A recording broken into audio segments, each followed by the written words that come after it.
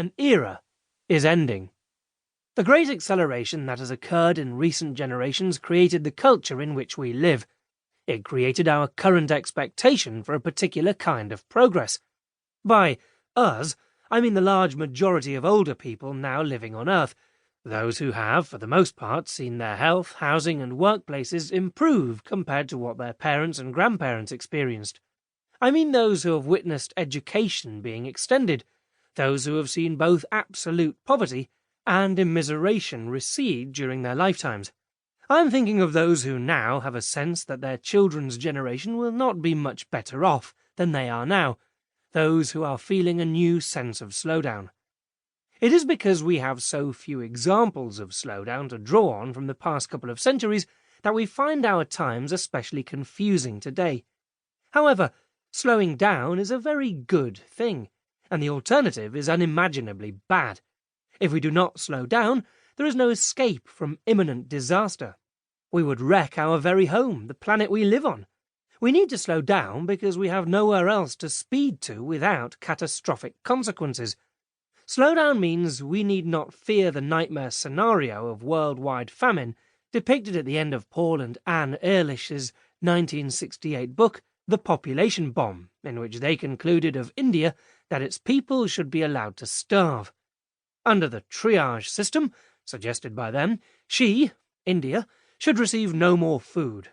This kind of concern and brutal conclusion were rife in the recent past. Images of out-of-control acceleration became commonplace. For instance, Joel E. Cohen, a mathematical biologist, wrote in 1992, "Back in 1970, Ansley Cole, a demographer at Princeton, observed that the population of the United States had increased by half since 1940. At that growth rate, he calculated, the US population would reach 1 billion shortly before the year 2100. Within 6 or 7 more centuries, we would reach 1 person per square foot of land area in the United States, and, after about 1500 years, our descendants would outweigh the Earth if they continued to increase by 50% every 30 years. We can even calculate that, at that rate of increase, our descendants would, in a few thousand years, form a sphere of flesh whose radius would, neglecting relativity, expand at the velocity of light." Ansley Cole was making his calculations just a year or so after the point when what he was measuring ceased to accelerate any further. By the early 1990s, we began to worry less about acceleration. It was then that we began to realize that continued acceleration was no longer possible. Slow down. Now take a step backward. Look at what is happening all around you. It is New Year's Day, 2019. I have just listened to an early morning radio discussion about how, if we humans planned a trip to the planets of Uranus and Neptune this year, and began working on that plan straight away, we could get a spaceship there by 2043. It would take almost a quarter of a century just to see those planets up close. We are trapped by time and space.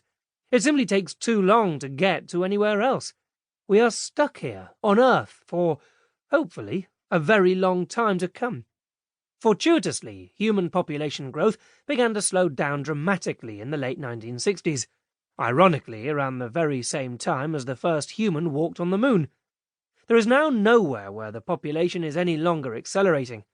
Deceleration has become the norm, and today in much of Europe, the Far East, and in large parts of the Americas, total human population numbers are falling. A slowdown in population does not necessarily mean immediate stability, but rather stability to come. It is most likely that a century from now, the average number of children in a family will be fewer than 2. Slowdown means that within a century the new global norm will be a slowly shrinking total planetary human population.